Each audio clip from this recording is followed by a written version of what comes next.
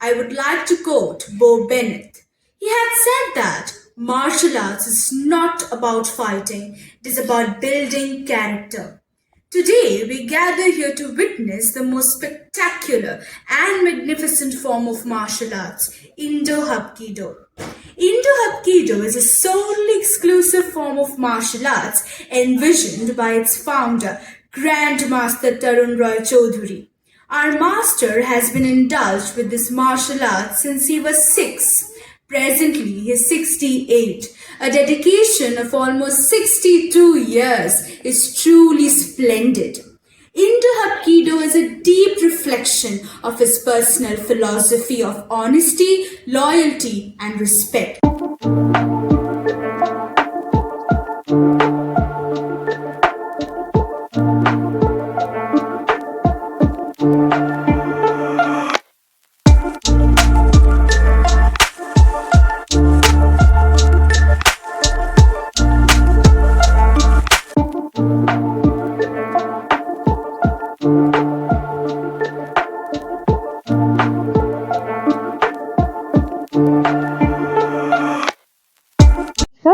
আমার নাম চন্দ্রিমা ভৌমিক আর আমি আমাদের যিনি টিচার দৌদুনীন তরুণ রয় চৌধুরী তার সাথে দাঁড়িয়ে আছি।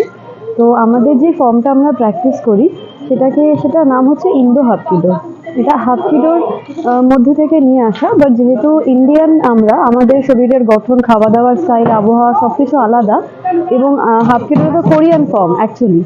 তো কোরিয়ানদের সাথে আমাদের শারীরিক গঠন সবকিছুই আলাদা, তো সেই জন্য সেটা যাতে ইন্ডিয়ানরা প্র্যাকটিস করতে পারে এবং সমস্ত সব বয়সের বাচ্চা থেকে শুরু করে বিভিন্ন এজের আমরা এখানে রয়েছে, আমাকেও দেখতে পাচ্ছেন আপনি, তো আমি অনেক বড় হয়ে শুরু করি, সবাই যাতে আমরা প্র্যাকটিস করতে পারি ইন্ডিয়ানসরা, সেই জন্য আমাদের যিনি টিচার তিনি এটাকে ইন্ডিয়ানাইজ করেছেন।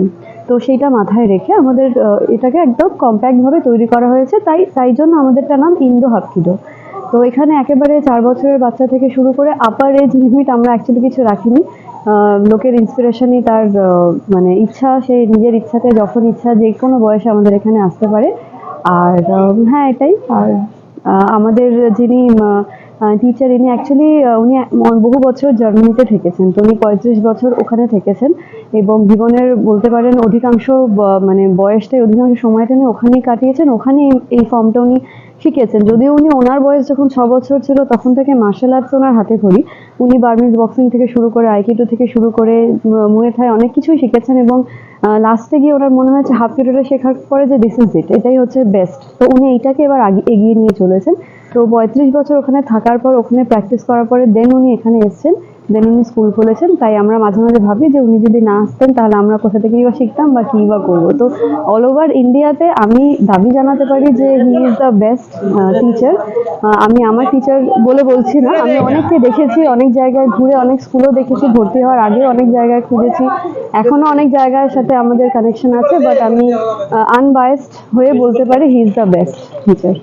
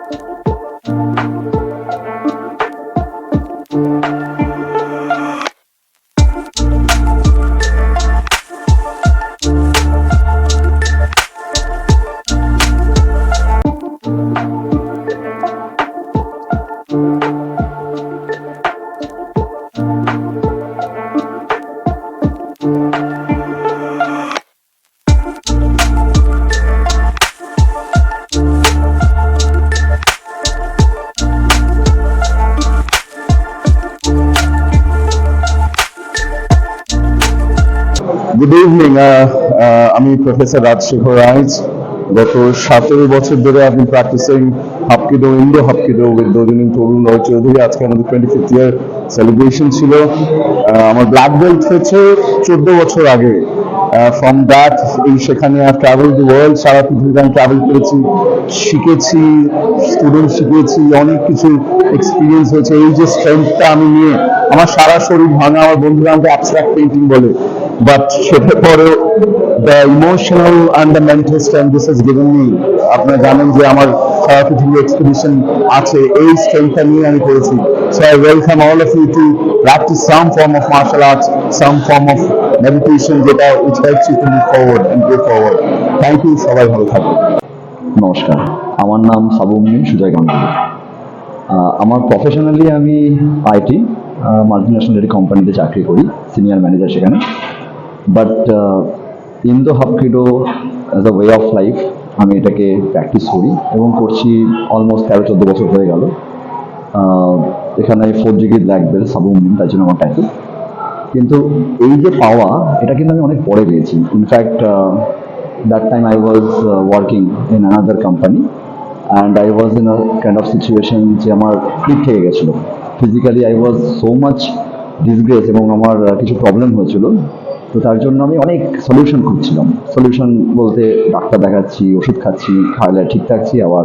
So it was messed up, lifestyle was messed up and it's very common too, মানে আমার মনে হয় আইটি কেন যে কোনো এখনকার যে ধরনের আমাদের লাইফস্টাইল, প্রচণ্ড ফাস্ট ফরওয়ার্ডিং লাইফস্টাইল, সেখানে মোটামুটি সবাই ইম্প্যাক্টেড। তো that time I was there in UK, outside ছিলাম আমি, মানে অ্যাব্রড ছিলাম। তো সেখানে যখন আমি ফিরে এলাম ইন্ডিয়াতে, তখন ইন্ডিয়াতেও আমি খুব খুঁজছিলাম যে কিছু একটা ফিজিক্যালি কিছু যদি করা যায় কোনোভাবে। তো আলটিমেটলি ডাক্তার বুদ্ধি সবই তো হলো। তখন একজন আমার এখানকারই একজন সিনিয়র ব্ল্যাকবেল আমাকে, উনি আমার কলিগ ছিলেন, তো উনি একদিন বললেন যে তুমি এসো।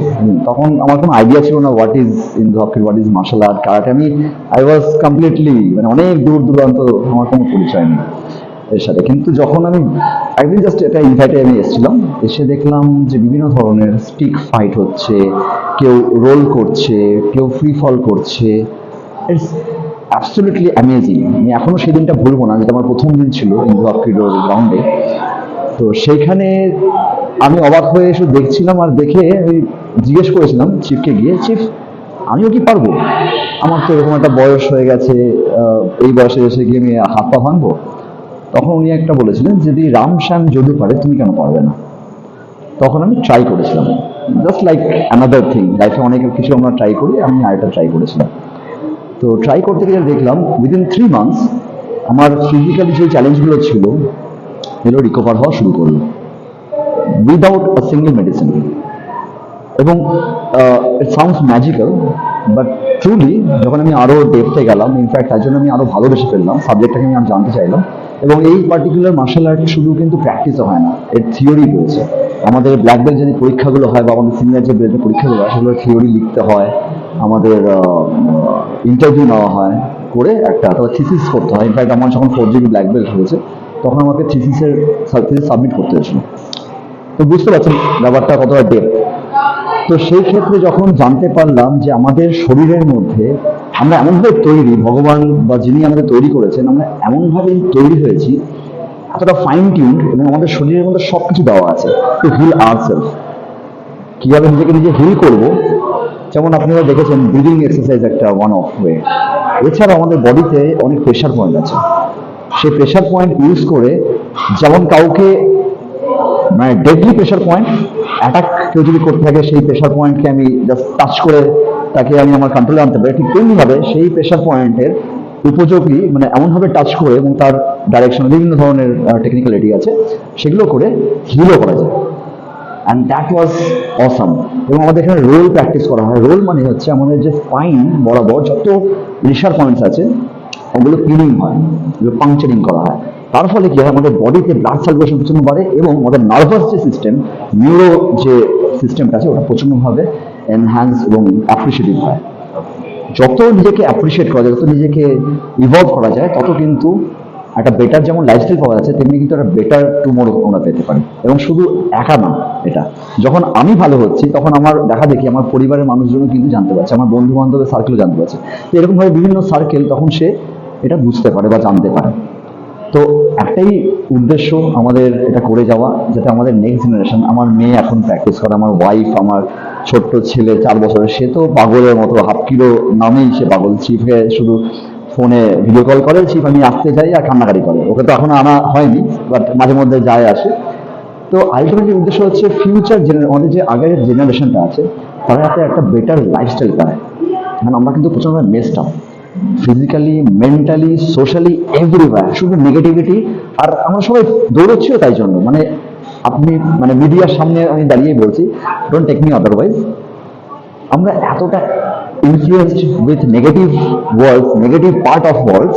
It's not bad or it's not good, আমি কিন্তু জাজমেন্টাল নই, কিন্তু আমরা আমাদের মধ্যে যে পোটেনশিয়ালিটি আছে to make a better future, to make our tomorrow better for living, for our childrens, সেটা আমরা ভুলে যাই। This is a way of life. Indo hapkido is one of platform যেখানে আমরা কিন্তু একটা বেটার লাইফস্টাইল খুঁজে পাই, বেটার টুমরো খুঁজে পাই। Thank you.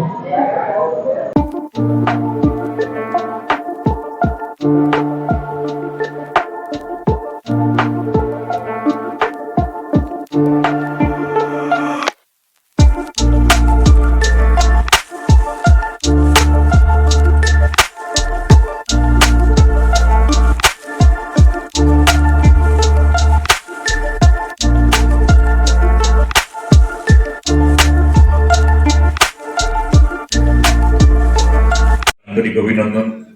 আজকে এত সুন্দর একটা শোয়ে আসতে পেরে আমি নিজেকে গর্বিত মনে করছি। আর আমার বাল্য বন্ধুর এই অসামান্য কৃতিত্ব, মানে যত বলবো তত কম বলা হবে। মানে আমি ভীষণ ভীষণভাবে গর্বিত। আমি ওর সমস্ত শোয়ে থাকতে পারি না, কিন্তু আমি ওটা ইভেন্টের মধ্যে এনগেজ থাকি, ও রয়েছে এবছর ছিলাম, যার জন্য বলার পরে আমি এত খুশি হয়েছি। আর এই এত সুন্দর আয়োজন এবং এত সুন্দর ওর ব্যবস্থাপনা, এত ডিসিপ্লিন, বাচ্চাদেরকে কি সুন্দরভাবে তৈরি করছে, মানে আমি জাস্ট মানে এখানে বসে বসে ভাবছিলাম, সত্যি মানে ও ক্ষণজন্মা। ইনি আমার বন্ধু, প্লাস ইনি মানুষ তৈরি যে হবে, মান আর হুশ, সেই মানুষ তৈরি করার ফ্যাক্টরির যে মেন তৈরি করার যে মেন আমাদের যে মানুষ তৈরি করবে সেই হচ্ছে মাস্টার আমাদের তরুণরা। Thank you very much.